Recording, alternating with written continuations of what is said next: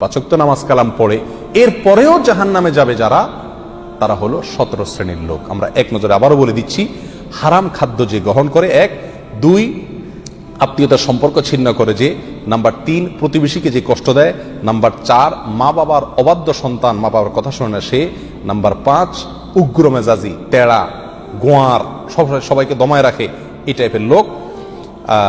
Number ৬ অধীনস্থদেরকে, প্রজাদেরকে, যে সমস্ত শাসকেরা, যে সমস্ত রাজারা, যে সমস্ত রাষ্ট্রপ্রধানেরা, সরকার প্রধানেরা বা যে যে লেভেলে আছে সে তার প্রজাদেরকে ধোঁকা দেয় যে তারা। নাম্বার ৭ অন্যের সম্পদকে অন্যায়ভাবে আত্মসাৎকারী ব্যক্তি। নাম্বার ৮ উপকার করে কারোর খোঁটা দেয় যে ব্যক্তি, সে জান্নাতে যাবে না। নাম্বার ৯ চগলখোর ব্যক্তি জান্নাতে যাবে না, মানুষের পিছনে কথা লাগায় বেড়ায় একজনের আরেকজনের কাছে।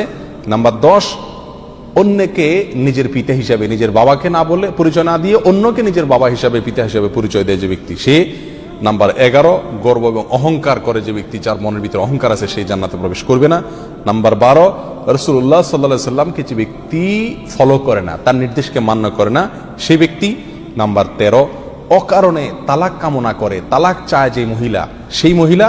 নাম্বার 14 দুনিয়াবী উদ্দেশ্যে যারা এলেম শিখে, কোরআন হাদিস শিখে, এলেম অর্জন করে, আলেম হয় দুনিয়াবী উদ্দেশ্যে, দুনিয়ার কোনো ধান্দায়, আল্লাহকে খুশি করা ছাড়া অন্য কোনো ধান্দায়, তারা।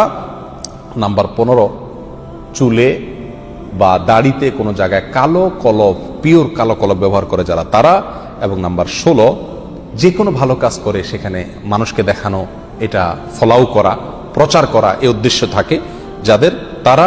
নাম্বার 17 ওয়ারিশকে বঞ্চিত করে তার হক থেকে, এরকম অভিভাবক। এই শ্রেণীর লোকেরা মুসলমান হয়েও জান্নাতি হতে পারবে না। আল্লাহ তাআলা আমাদের সবাইকে এই দুর্ভাগাদের তালিকা থেকে আমাদের নামগুলোকে বের করে আনার তৌফিক দান করুন। চেষ্টা করব এই 17 শ্রেণীর কোনোটিতে যাতে আমার নাম না থাকে, এটাকে টাঙায় রাখবো, ঝুলায় রাখবো লিস্টটাকে, এবং আমার ভেতরের কোনো পয়েন্ট আছে কিনা সেটা দেখে যাচাই করে সেখান থেকে নিজেকে বের করে আনবো ইনশাআল্লাহ। এরপরে আল্লাহ সুবহানাহু ওয়া তাআলার কাছে জান্নাত চাইতে পারবো, আশা করতে পারবো জোরালোভাবে। আল্লাহ সুবহানাহু ওয়া তাআলা আমাদের সবাইকে আখিরাতে কিয়ামতের দিন একেবারে ফার্স্ট চান্সে, প্রথম চান্সেই জান্নাত যেন আমরা লাভ করতে পারি, জাহান্নাম থেকে মুক্তি নসিব যেন হয়, সেই তৌফিক দান করুন। জাযাকুমুল্লাহ ওয়া আখিরু দাওয়ানা আলহামদুলিল্লাহি রাব্বিল আলামিন।